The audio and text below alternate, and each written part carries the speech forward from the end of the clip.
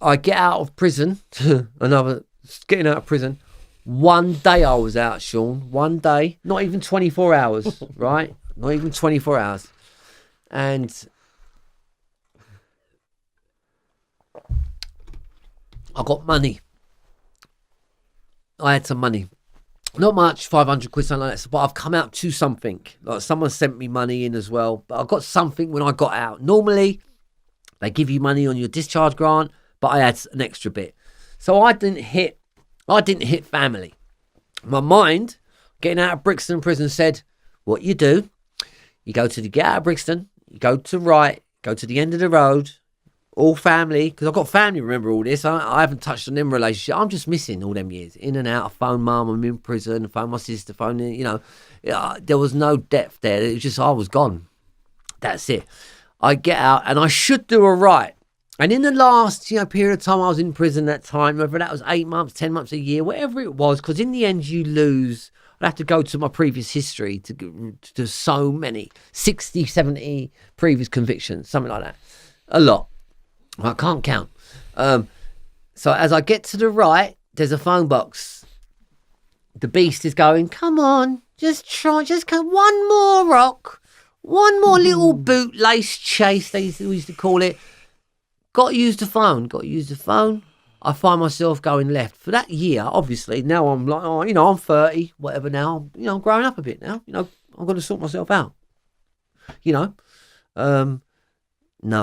don't make the phone call. I go on to Brixton, left for Brixton front line. I go down there, I'm smoking. This time I had a pipe. First one, felt the same shit. Put it on the foil, put the heroin with it in the bin chute.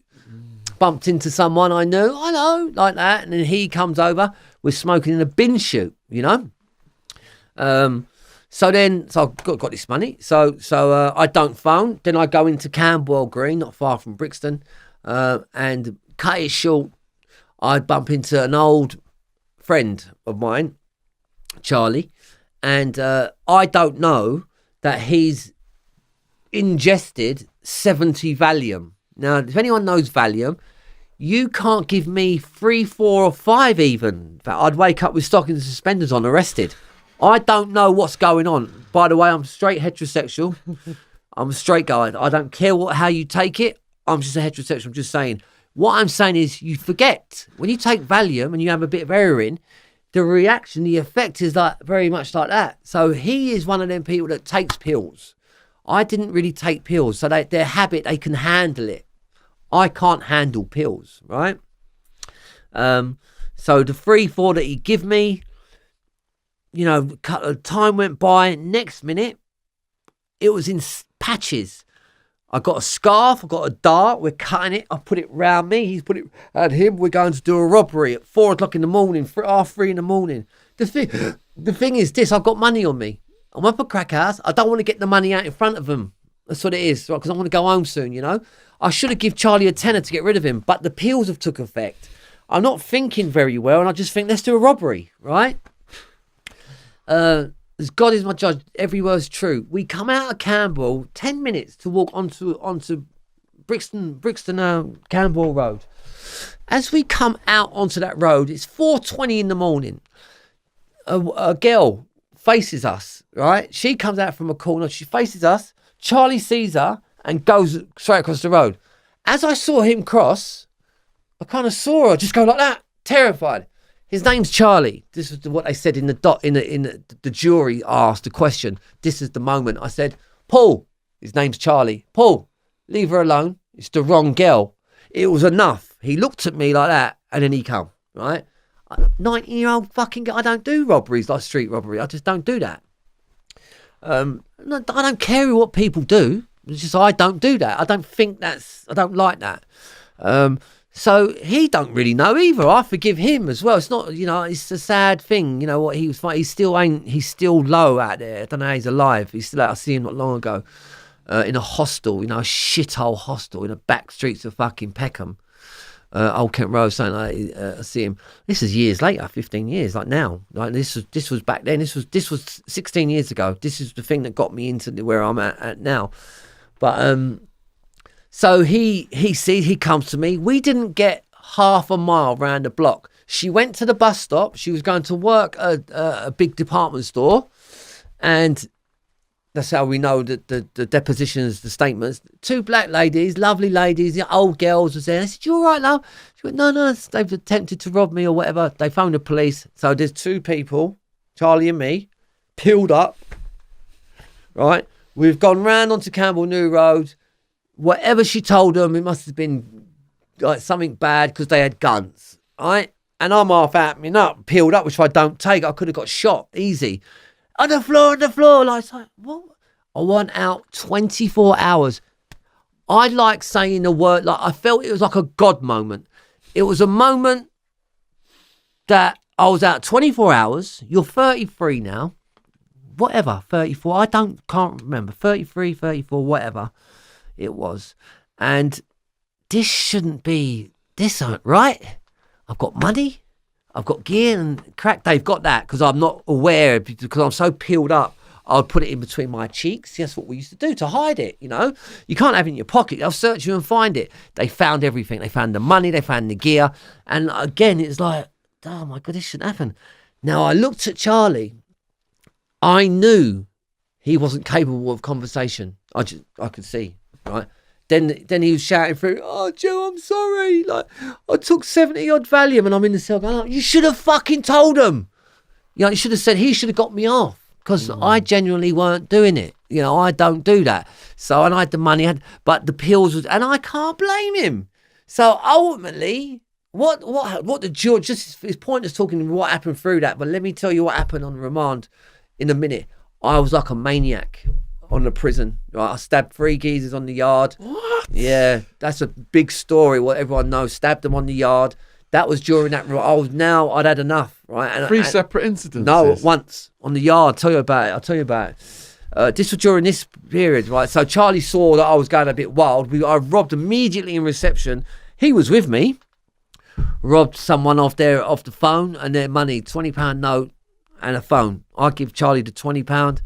I got the phone, right? The phone's worth a lot. I managed to get it through, right? It was just crazy. But Charlie felt bad. Once he straightened up, he didn't say it was him. He didn't say the story because he didn't. He was out of his nut. He's not capable of expressing himself.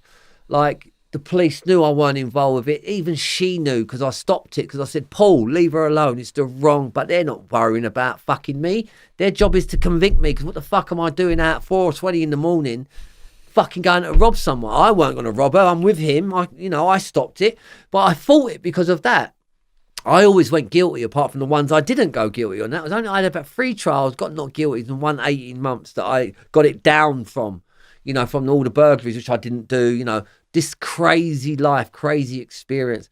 So I had to go through with the trial. And I remember a couple of people in the jury, they was like, yeah. Like, I knew, when you got them, but like in the end, they must have said, look, when they asked the question, why did you call him Paul, and his name Charlie, I couldn't deny it. I said, I'm living this life. I'm living this shitty drug addict's fucking life. And Charlie was there. He'd already gone guilty, so it's just me fighting it. And there was some sympathy, not a lot, but the judge acknowledged it. He said, but however, I still got to give you 3 years. So I got the same, which I was lucky because normally where he got 3 years, when you go not guilty in England, like anywhere, they don't like it. So I should have got 6 years. But because they could see I didn't fucking do it, and I do have to go to prison for it. So it just felt like, so as a result of that was when my rage got worse.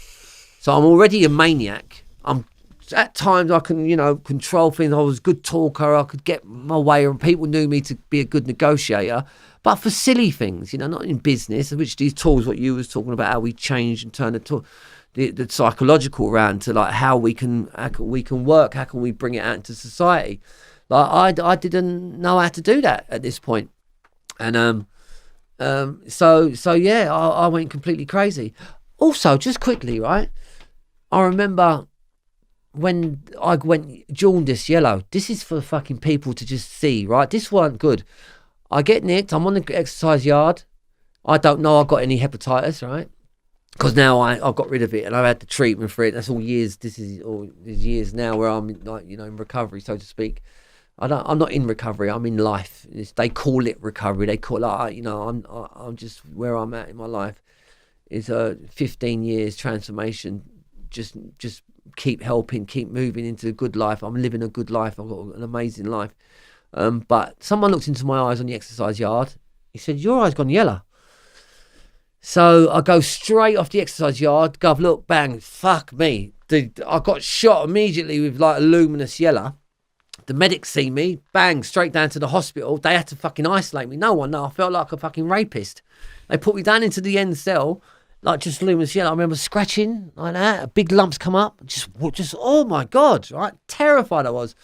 And I was so lucky, because if I weren't in that situation on a Friday, right, I could have been in a situation where I wasn't in court, is what I'm saying, and I had a court date. Lucky I was in that court, because when I went to my local court, a doctor happened to see me walking by in a magistrate's court, where I'm just going to go up, get remanded in custody, go back. I'm not going to any fucking hospital in prison, right? And they're not helping me. I just was going into their hospital. They didn't know what was wrong with me. So do you see why I was lucky the doctor to see me? He said he's got to go to an outside fucking hospital. Lucky that happened, because then I went. Matthew Kelly, the old fucking presenter in London, he was doing his program. I was fucking like an animal. Get me the Valium, right? And they had to have screws to me, so they had 3 screws and 2 screws like at certain times, handcuffed me there like that to the bed and stuff like that. That was just a horrible experience, is what I'm saying. And I went back to prison because I had 2 of the most biggest dogs you could ever imagine. The first 2 didn't give me no fluid, a drink, or nothing. So when the next one came in, he was an SO, a nice prison officer. He went to the 2, "Have you given him a drink or anything? Give him a sandwich?" They went, "Nah." He went, "You horrible bastards, come with me, son." And he took me downstairs to the King's College Hospital, no, St Thomas's Hospital, and spent a tenner on me. So lovely. When my mum comes, I phone my mum. Mum, it's always mum you turn to. Mum, if you got one, if you're lucky enough. It was just nice. I said, "He's done that for me, Mum. How's that?" She went to put money in his hand, and he went, No. So he was nice. But the last 2, I just fucking smashed the place up. Like, they was irritating me so much, the way they was talking, the attitude they was talking to me like a sergeant major. And I went, "Who the fuck do you think you're talking to?" Something I can't even remember. I just remember getting the table next to me and just throwing it around because I was handcuffed. I couldn't do nothing. My mum was there. And I went, "Fuck off," like that. And he took it. I said, "Take me back." So I went back in that attitude, and they was all fucking scared. You know what I mean? I was going, "Take me fucking, I want to be looking at you another 8 hours. Went back, carried on the madness. And so the bit we're going to the 3 years, that was my last sentence.